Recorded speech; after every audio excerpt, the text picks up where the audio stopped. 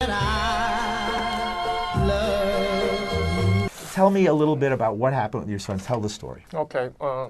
First, I would like to thank you for welcoming me again on this show. Anytime. I mean, I really feel that a lot of these news networks and a lot of these TV shows need to actually bring on a lot of these parents and families whose children were murdered. I use the word murder loosely because Romali Graham was murdered, Nicholas Jr. was murdered, Kenneth Chamberlain Sr. was murdered. All of these murders, I mean, there's so many, I mean, it's beyond counting. But the fact is, there is never any justice in not a single one of these cases, despite the fact of all of the evidence to show and prove that these officers are murdering our loved ones.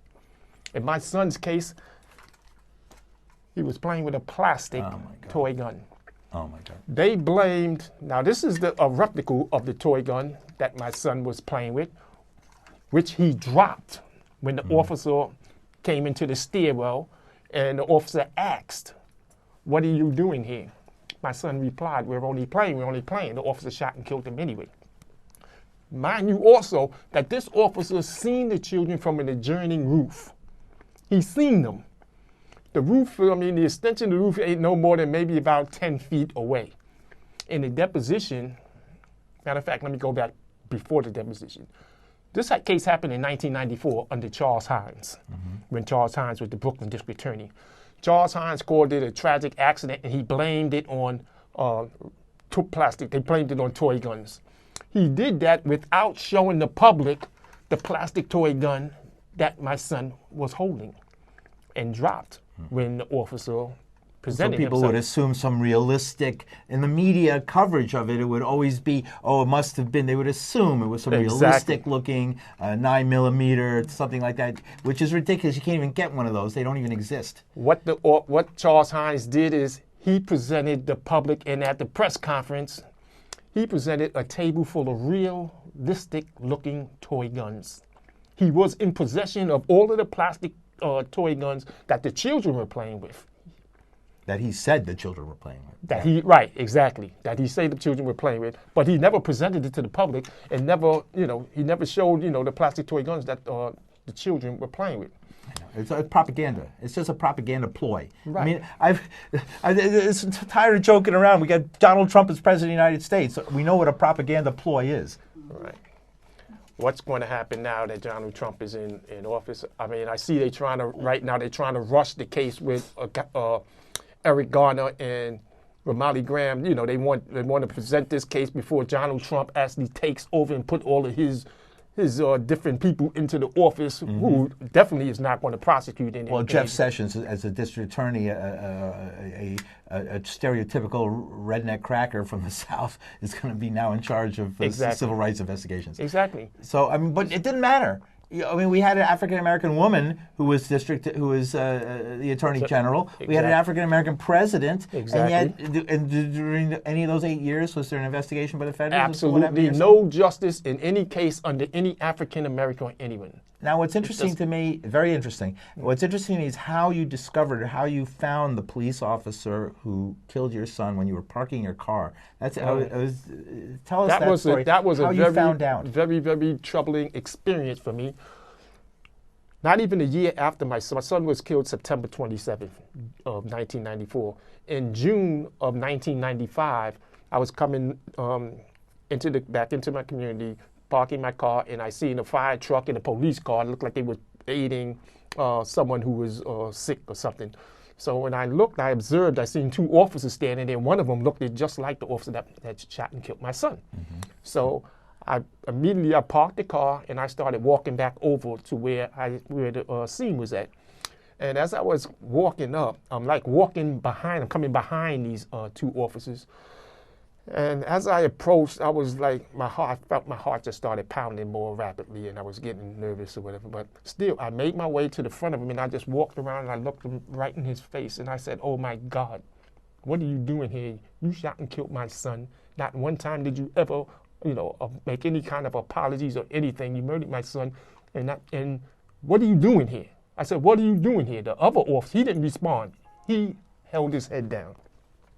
The other officer said, excuse me, sir, we're here on an emergency. I said, I'm not talking to you. This guy here murdered my son.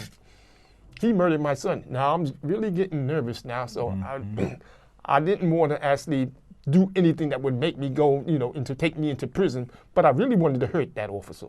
Right then on the spot, I wanted to hurt that officer. He murdered my son, and they covered up the case. And what I did is I just immediately turned around. I went to the house, and I just, first I called Pastor Herbert Daughtry, and I called the news media, and I called the police department, and it was just a very, very bad, troubling experience. Anything ever happened to that officer? Was he ever brought on disciplinary charges? And I know one of the reasons we're here is that even recently you've been trying to get justice and were rejected yet again. Under Ken Thompson campaigned back in 2013 for district attorney. Once I found out that Ken Thompson, the cases that the Emmett Till case and the Admiral Louima case, I think it was, or the Amadou Diallo case. One of them two cases, He really reinvestigated those cases. He really looked into those, into those cases. And I really, Amadou Diallo got 49 shots, smoking a cigarette in front of his house. Right. Stepped outside, 49 shots. Very famous Bruce Springsteen song, 49 shots. Right. And the other fellow you mentioned who was horribly sexually assaulted by a police officer. No, right, yes, he was sexually, yes, he was. Yes. Absolutely, yes. Yes. I'm sorry. And the thing that's troubling, though, for me, and it should be for even the viewers and everyone who is really concerned about the way things are happening to in poor and black communities where these officers come in and call themselves serving and protecting the community. But every year we find a new victim who's been murdered by the police. Right. And in every case, the process is always the same. Yeah. And there's never any charges brought against these officers, and the families are left to grieve and mourn, and they have to protest and rally even because of the fact that they know, I mean, I know my child. Yeah. In the case they would stay. I should have brought up the photograph. It's a beautiful photograph of your child. Yeah. And we're talking about a beautiful child who was just a kid. Right. A kid. And as I can say, I grew up in South Westchester, right? I have family in Long Island. Never did I ever hear of such a thing happening. And that's the sad part about it. I mean, this system doesn't matter whether you're a child or adult. I mean, Nicholas was an honor student, an A student in school, and he's never committed any kind of a crime at all. And the fact also, what's why I continuously rally and protest for my son is because the statement and the way they justified it, my son would have never, ever pointed a plastic toy gun at a police officer. A year prior to my son being murdered by Brian George, officers came and they arrested my son. They kidnapped him right in front of me. How would anybody see he was never put on the stand or put in any situation, the officer who did this, to describe how it is that his first reaction to a child is to shoot? Right, absolutely right. And this is you're absolutely right. I mean, nobody, as I said, this would never happen anywhere else. Right. And the fact also is that despite the fact that my son said that we only playing, he dropped the plastic toy gun, there was other children who, once the shot rang out, they ran up the steps. Yeah. They ran back up the steps, came across the roof, and went down into the apartments or whatever. But the fact is that there was a cover-up. After the shot went off, there was also a gentleman, his name is Cornelius Cook, who lived in the building. He worked for the city in one of them, either the correction department or one of them state offices. But the fact is that Cornelius Cook told me personally, I mean, that after the shot rang out, the officer, when he got there, the officer was walking in. He had to tell the officer to call the police, to call 911. He also said that the first officers that arrived on the scene wanted to place a real gun on him because the toy that Nicholas had, there's no way you could have justified this. Now let me go. I need to go fast forward real quick to this recent investigation under Ken Thompson, and I want to show the public also and your viewers who was conducting this investigation. All right, we have Ken Thompson, who was I should say he was humble enough at the time to take another look into the case. Sure. So I was grateful for that. These are the other, all right, you have this gentleman right here. This is a very important gentleman also, Joe Alexis. Joe Alexis, he closed the case of Nicholas Jr. Now, if people are paying attention to these recent cases. What's his position? He was an ADA at the time. He also was a rookie ADA when Nicholas was killed. I see. But he was still in office when Akai Grawley was murdered, and he also had the Akai Grawley case dismissed, right, or closed as the officer not responsible. Right. Another case pushed out the door. Exactly. And there's similarities. I mean, people who's following the the murders of these innocent people, I'm sure they know that the Akai Grawley case and the Nicholas Jr. case are very, very similar. Both cops were rookies. Stairwell lighting dimly lit. Things happened. They called it a tragic accident when my son was first murdered. This lady right here, Kelly Musa, she came and she actually was part of the team also in the, supposedly investigating the case. These are not investigations.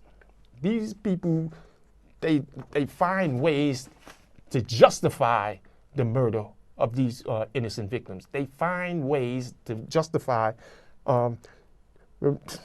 this thing. I mean, it's so troubling to me and so painful that I get it. I mean, I understand your pain, and I can never fully, truly understand it. Right. Ever. But I can have a superficial understanding of the pain a father has when their son, and I have a son, right, who is killed under any circumstances, died under any circumstances, natural or any other, and then to have it by the hands of the police. Right. And then we have here a bunch of African Americans, and these was they worked for the Civil Rights Division. The Civil Rights Division. So right then, I really felt that I was going to really get some justice in the case under Ken Thompson in this Civil Rights Division. Also, if you can recall, when in the Akai Grawley's case, after the verdict of guilty, and then Ken Thompson's going to say no jail time, there was one gentleman in there, I'm quite sure it was quite a few in the office, who was very outraged at that fact. I know I was outraged at the fact because I just knew that Peter Liang was going to prison. The thing is that after the no jail time sentence, there was a gentleman who, he actually was the chief of the Civil Rights Division, Mark Fleisner. Fleisner is his name. But he was so troubled and hurt behind it, he left office. Mark did the exact same thing as a gentleman, his name is Carl Thompson, who worked for Charles Hines when my son was murdered back in '94. He did the same thing when Charles Hines closed the case on Nicholas Jr. Yes. Carl Thompson left office. He was so outraged and upset, he left office. Right. And I've heard this in other cases going back for years. Many times young lawyers get a job working for either the prosecutor's office or sometimes the civil division of the city, and then they're forced to become involved in things like this. They become so disgusted, they leave. Exactly. This is not totally uncommon. Right. And that's why, again, I was very surprised, when they called us into the office, I came with more evidence, and I had also another videotape that I had that I wanted to present to them so they can, finish their investigation. But they would call me into the office, letting me know that they have concluded and closed the case and found the officer to be justified. And the way what they did, they never questioned the officer. They never questioned the officer for the second time. He's never been questioned. There's no deposition. Like there's no grand jury. There's nothing to get. Exactly. As in some of these other cases. Exactly. But the thing is that they used the same thing that Charles Hines used to close the case: fabricated lies, false evidence.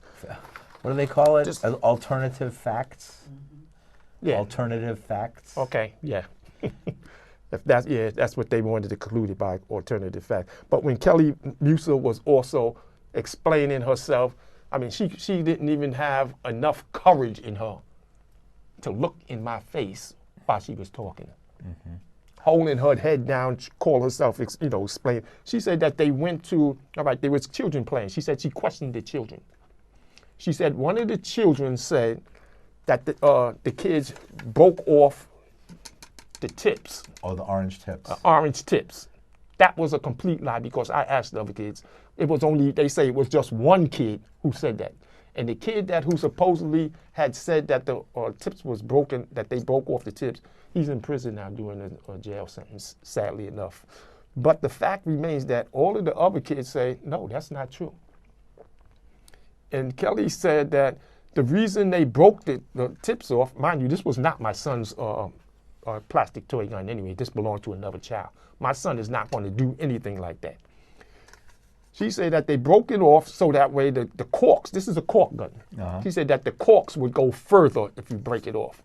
Do you know that if they break this off, you can't even put a cork on it?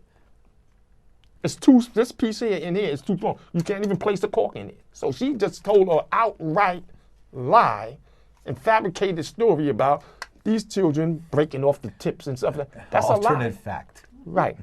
A complete lie. I know. And it's just saddens and hurts and pains terrible, me. Right. We live in that era. We live in an era where truth is it's a power politics. And that's what it seems from what you're discussing last few minutes we have to talk about this case. Mm-hmm. It seems to be really about power politics. Right. That's really behind it. Nobody's interested in the truth or going after a police officer. They have a privileged position in this society. Absolutely. And that's it exactly. Because the only thing she did, she moved up the ladder now. Right. She moved up the ladder, by covering up this case for a second time. Mm-hmm. That's what she did. And even the federal government did the same exact thing. The federal government covered up the case also. I just want to briefly. Yes. This is what the federal. And this is something important because a lot of the families, are fighting to get to the federal government so that the federal government can investigate their case. Right, that's the main thing. But forget that. Even that's going to be blocked off by this federal government here, back in 1999, sent me this letter. And mind you, back in the 90s, early 90s, Iris Byers, Margarita Rosario, and Milton Calderon, 3 other parents whose loved ones were murdered back in the early 90s, and also who I rally and protest. Even to this day, we still out there. Sure. They received the exact same letter, the same statement, and these they saying that the Civil Rights Division recently completed its review of the investigation report submitted by the Federal Bureau of Investigation concerning allegations that Nicholas Heyward was the victim of a criminal violation of the federal civil rights status. After a careful review of that report. That's it. That's all they do is review a report that's already been made. They didn't add anything to it. Exactly. So what they did. And still the officer wasn't questioned. There's no deposition. Absolutely. Nothing sworn. No sworn statement. Exactly. Now, what kind of system? I mean, what kind? And not only explain to me what kind of system. Please answer your question. This system right here is a very racist. I mean, first off, it's definitely racist and it's white privileged. It is. I mean, and it's perfectly plain to see. I mean, all you got to do is every time you hear about an innocent victim, these are all been innocent victims. If you take a look at the Stolen Lives Project, which documents over 2,000 cases nationwide of innocent victims, you'll see that they're basically black and people of color. Yes, there are some whites in there also. And that's another reason why even today I see a lot of whites coming out. There are a lot of concerned whites who are out in the streets. This is a power part of it because it seems like dark skin is an immediate challenge to the power of the system, but the wrong words or the wrong situation that a white person might have could put them in opposition to the system at that moment, sometimes unexpectedly. Right, absolutely, that's right. And that's what's needed too. Yeah. We need every culture of people to be out here, to come together, because we are not going to get any justice under this system. Well, okay, so what should we do? We have a minute and a half left. Okay. What do you want to do next, and what are we going to do next? What I would like for the people to do, organizations and families, let's do what we can to unite and come together. It's very, very important that we do this. Brother Martin Luther King's birthday anniversary just passed, and I would like to read to you one of his statements that he stated once he realized that the Civil Rights Act was not working for the people. Nobody else can do this for us. No document can do this for us. No Lincolnsonian proclamation can do this for us. No Kennedysonian or Johnsonian civil rights bill can do this for us. If the Negro is to be free, he must move down to the inner resources of his own soul and sign with an ink and a pen of self-assorted manhood his own emancipation or proclamation. Those are rights. Those right there those are revolutionary words. And how can people get in touch with you? Do you have an email or is there? Yes, you can get in touch with me, 8spirit13@aol.com. And I also have a foundation under my son's name, the Nicholas Naquan Heyward Jr. Memorial Foundation. Thank you. That was You're very great. welcome. Thank you.